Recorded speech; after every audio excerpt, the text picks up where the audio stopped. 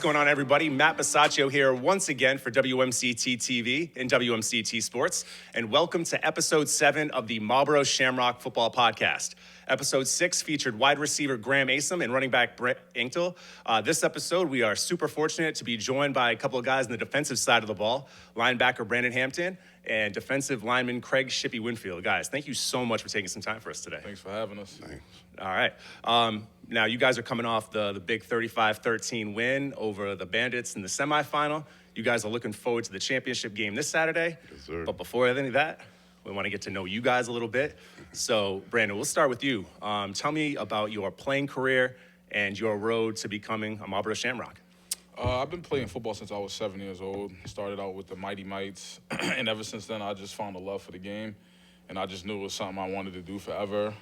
From there, went to high school, went to South High, was a varsity starter as a freshman. It's me and him were the only two freshman varsity starters on the team. Even though we weren't that good that year, our freshman year, we struggled. Right. But it was good to get that experience playing against guys that were 18, 19 years old. And Almost we're like 14. grown men. Yeah, we're 14 years old.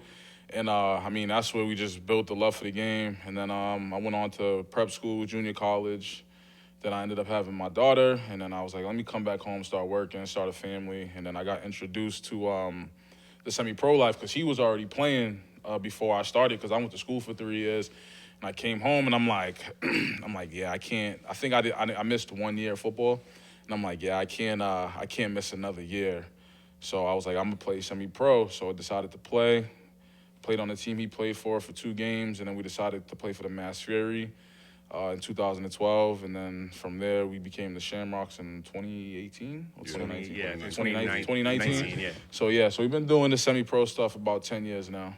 Wow, that's incredible. Yeah. Now, we had a quick conversation before the season started. I went to one of your guys' practices, and you had said, that one of your goals for this season was trying to cut down on weight so that way you'd be able to move better going sideline to sideline. How do you think that's helped you this season? Yeah, I think all my teammates would tell you that. I was big last year, man. I was really hitting the weights, and I was a little too heavy. Man. He looked like the Thing from the Fantastic Four. Yeah, so I was around 270, so I knew that this year coming in, because I felt the step slow, but I knew I wasn't like slow. I had more weight, and I'm seeing plays, and I'm just not getting there. But I'm not that old yet. So my goal was definitely as soon as we came back from Florida was just getting the cardio in, trying to cut down the weight, be around like 240, and then all my teammates could see it because if I could fly sideline to sideline and just and hit and just do what I do, then I'll be way more effective than I was being 270. And I could barely move, but I could still, hold the line of scrimmage down, but I can't move sideline to sideline. In this league, there's a lot of fast receivers, so I'm like, I got to be able to move and then be able to deliver the blow too, make them feel it. So. Yeah. What was your secret? I mean, I know certain people cut things out of their diet, or was there something that maybe you cut out of your diet to help you kind of drop that weight? Because I know we all have things at the end of the night. I know for me, I might have a drink or two. Yeah. It's the peanut butter and jelly sandwich at the end of the night right before I go to. What was it for you? So I was doing a lot of fasting.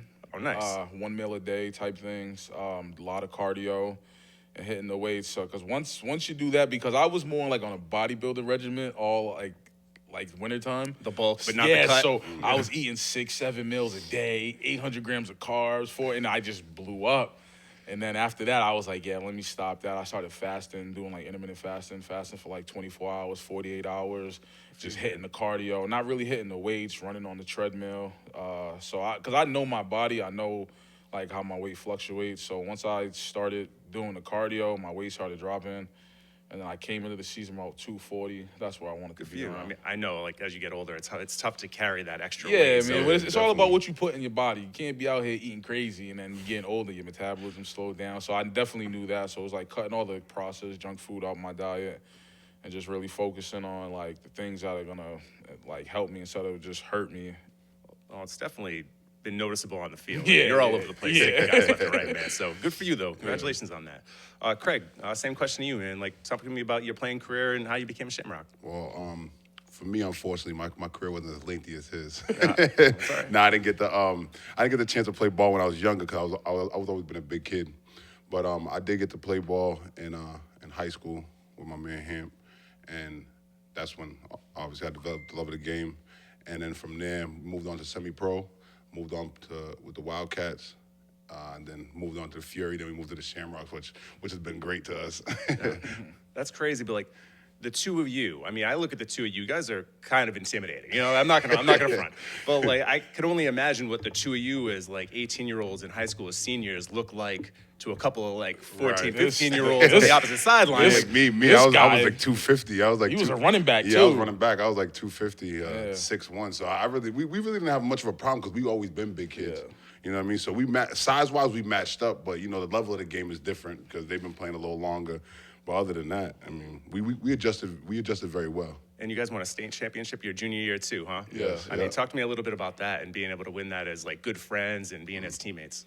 I mean, honestly, for us, it was great because the last time I think Self won was like in 68 or something like that. Wow, I think the 80s or something like that. So it was a long time before they won. So for us to come as, you know, undergraduates, I would guess you would say, as freshmen, starting off as an 0-11 team, then moving our sophomore year, I think we went 9-2 that year. Yeah. And then to be able to pull it off and go on 11-0. And go undefeated, yeah. That was definitely great because it was like, it's an inner city school. It's known for the gang violence and the kids that are dropping out of school. So our freshman year was kind of like the transition of just seeing those type of kids.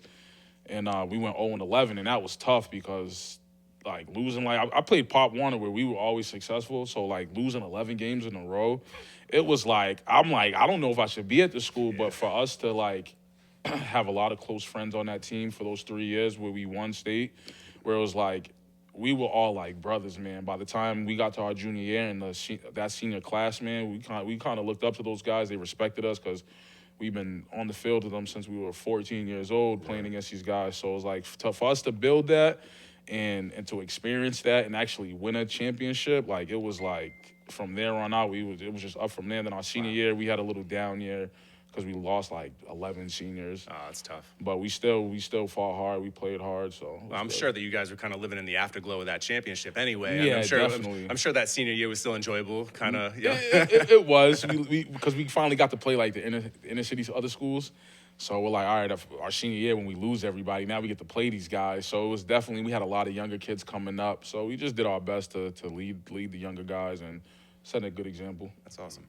Now, Craig, like, you said that you played for the Wildcats, then you played for the Fury, now you play for the Shamrocks. Talk to me just about like the difference in the level of play and really about the level of support that you received in Worcester as opposed to what you guys receive now here in Marlboro. Oh, yeah, well, I mean, the big difference is between the teams is the organization. With the Shamrocks and with the Fury, we had a lot more organization. We had a lot more players that were more athletic, who had more knowledge of the game, who were more edified in how to play, who should be where. Like when I played back for the Wildcats, it was really like backyard football. Really?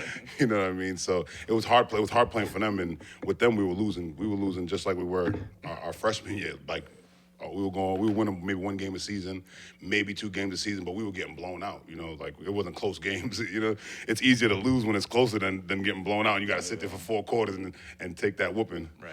You know, but other than that, I forget. No, just about like the support that you guys received. Okay, so yeah. the support, that's what it was, the support. So the support has been tremendously different. Like Worcester, we used to have maybe 5-10 people come to a game, but now playing for the Shamrocks, you know, the benches are filled.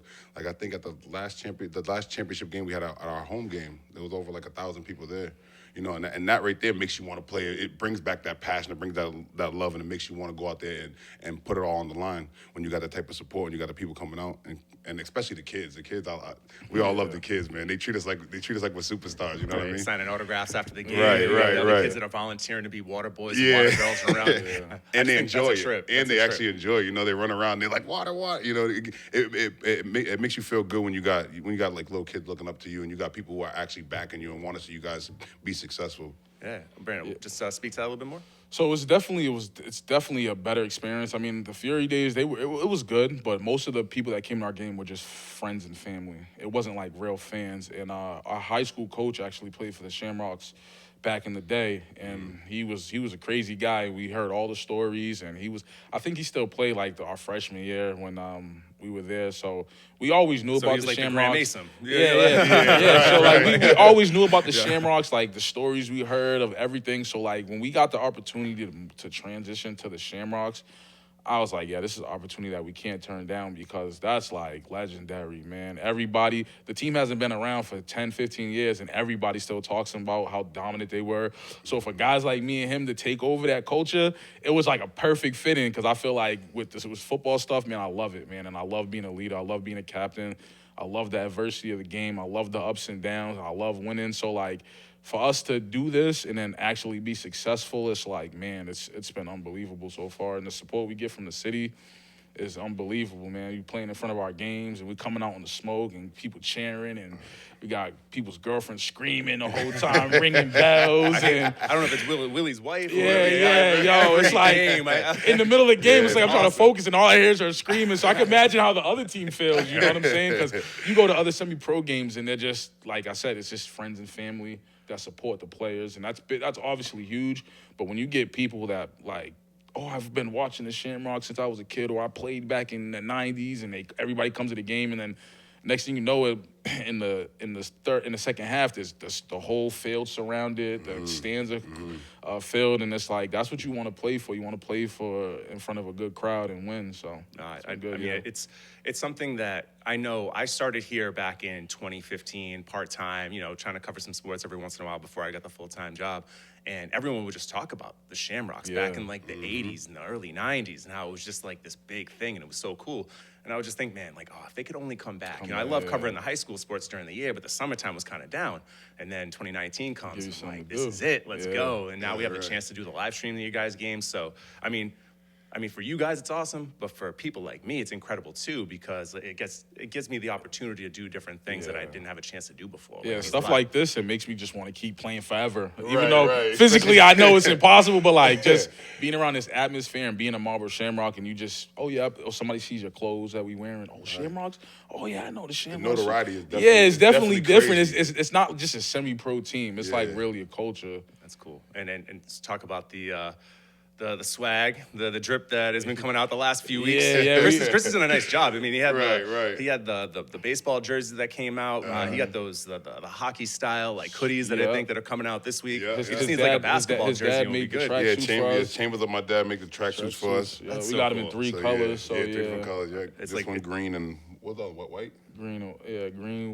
Green, black, and white, I think, something like that, But let's talk about last week's game, though. 35-13 win in the ECFL semifinal over the Bandits.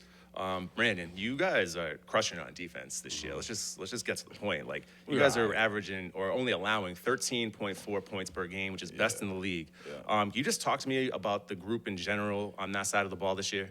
This group was different because last year we lost about 6 starters. So, like, coming into the season, it was like the unknown was kind of weighing heavy on me. But my guy Slime. Once my guy Slime locked in with me and was like, yo, I'm coming back. And I was like, all right, that's cool. And then we added a couple pieces and a couple other guys. Ship was saying he was done, but then he ended up coming back. So it was like in this group of guys, like every year it's a different team and it's a different vibe. So this year it was like with the new guys that we added, man, they all fit in with us. We're a bunch of crazy guys anyways. So this year, the offense was pretty much the same, minus a few guys here and there, but the defense was the biggest turnover, what I was worried about. Because, if you can't stop people, then you're not going to be really successful. You can be in a track meet, in a competitive, fun-looking game, but you're going to take outs. But it's kind of like our defensive coordinator, shout out to Mike Harper, that's my guy. He came in, and ever since he came in, he's made this process fun for me because he takes the game serious. It's not just a game to him. Like, he's digging and diving, trying to get guys better, watching film. He has a playbook. Like, we have a 100-play playbook. Like, most semi-pro teams don't even do that. They just run cover 2, cover 3, and blitz here. So it's like the work that he puts in, like, I respect him to the fullest because he made the game fun for me again. But other than that, like, the guys in the team, like, it's just the guys that we filled in the spots, they've been doing a tremendous job. And it's like I always stay on these guys, make sure they're doing the right thing, holding them accountable. Like, I want them to hold me accountable. Like, I'm not perfect. They're not perfect. We all mess up. But it's the next play mentality, man, and we all pick each other up, and them guys feed off of that. Now, without, like, dumping on other teams that you may have been a part of in the past, would you say that this is the best defensive group that you've been a part of?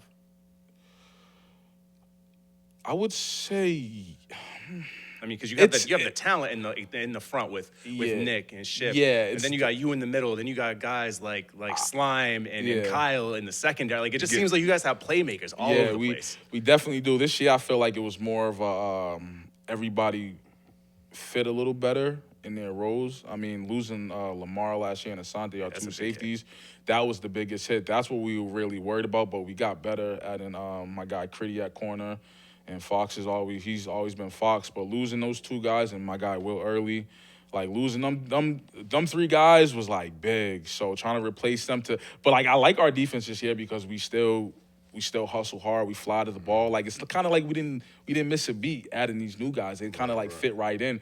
But to say last year we had our struggles too. But this year we have different struggles. And I want to say it's the best team. It's one of the best. Every year it's different. It's hard for me to say the best. It's always new struggles. Yeah, it's always between your children kind of thing, right? I critique our defense so bad. It's like we gave up 13 points, but it's like we should have gave up 7.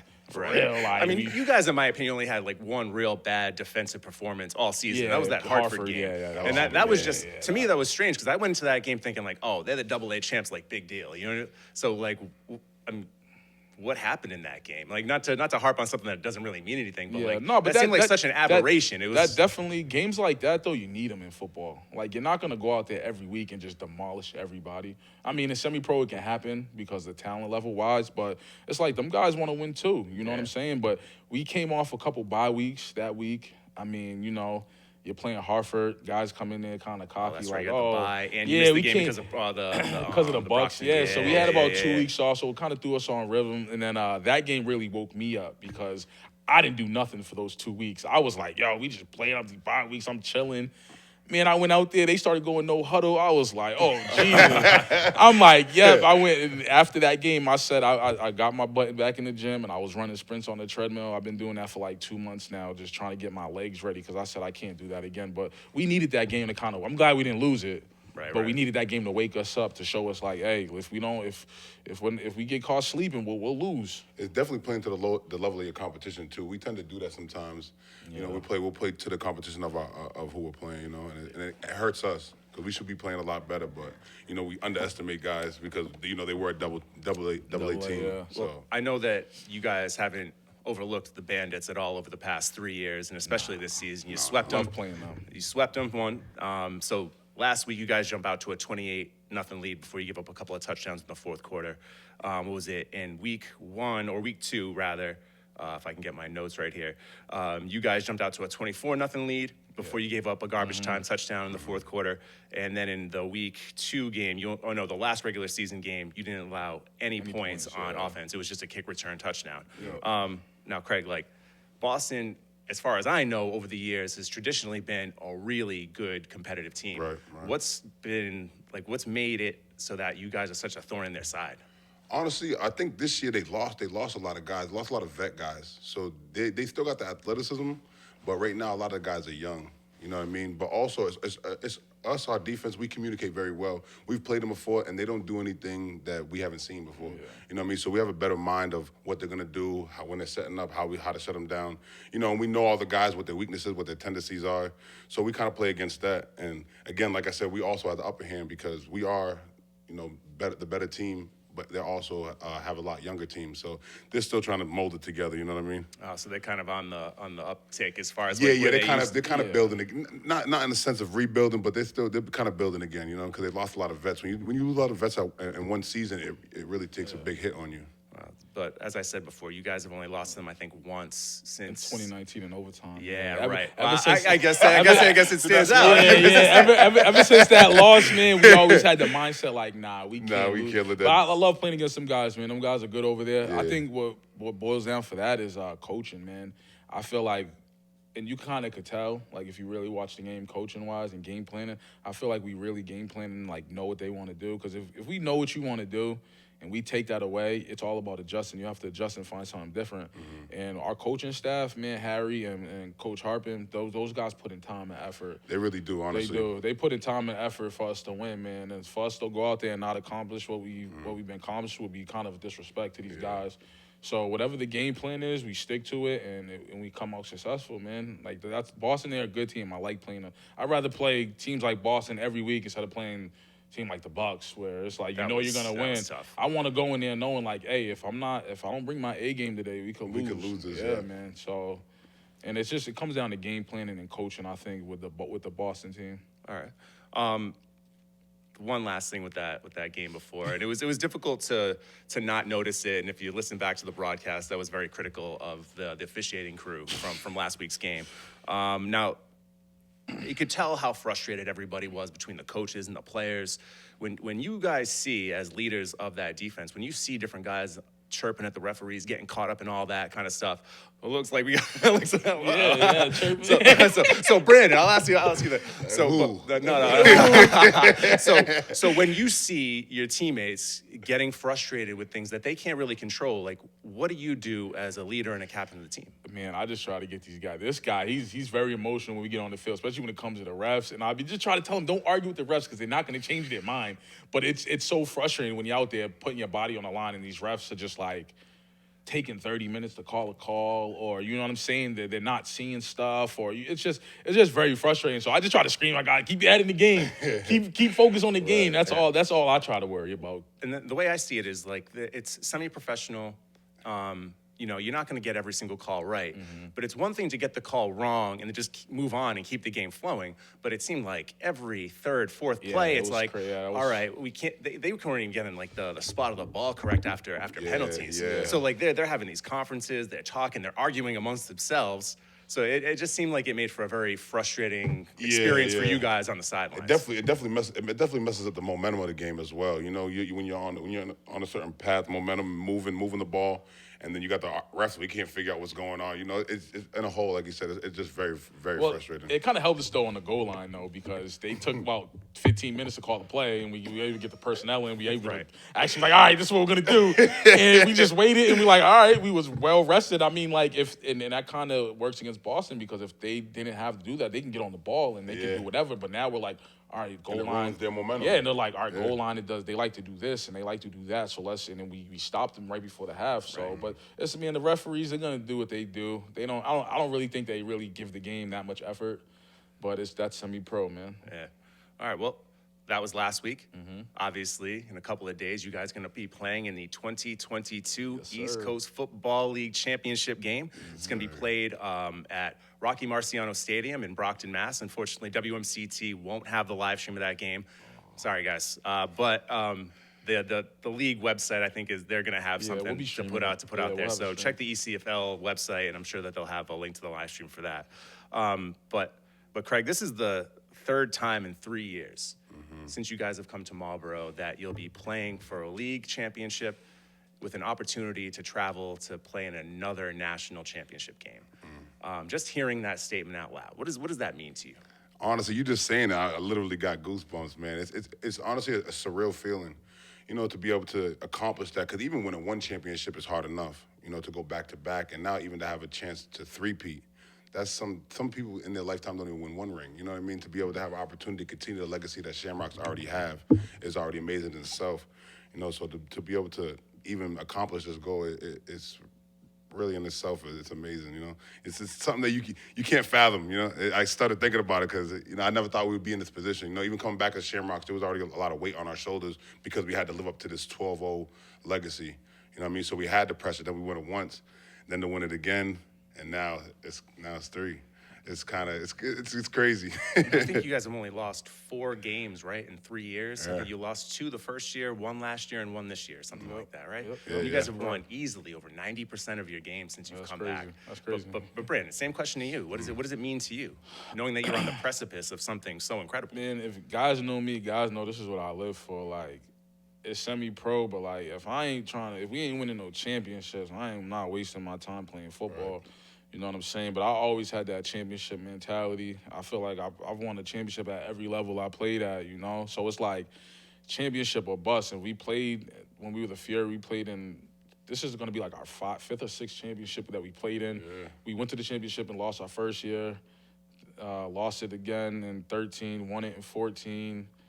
Lost it, you know what I'm saying? So like it's like championship or nothing. There's like no ifs, ands, or buts about it. I would say so at this point. Yeah. So at this point it's like we win the championship and nothing, and then once we do that, it's bigger than that. Then we want to go on the national stage, and and then prove it to everybody that we can still play with anybody else in the country. So it's definitely fun, and the only thing I think about is just winning championships. That's all I care about.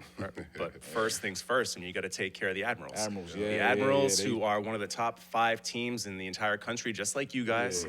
They took care. I wouldn't say they took care of you week 1, but they beat you week 1 by 1 point. They got us. Money. I mean, it took an act of God making Pat miss an extra point, which he never. I don't think I've ever seen him miss before or since. Right. You know, like, it's crazy to think, but you guys did lose by 1 point week 1. So, I mean, Craig, we'll start with you. I mean, what has to change from that week 1 game to ensure that you don't go 0-2 against Southern New England this year? Well, honestly, I wasn't there for week 1. I didn't come. Well, there it is. I think. I wasn't there for week. I think I came around week 4, so I didn't really get to see that game.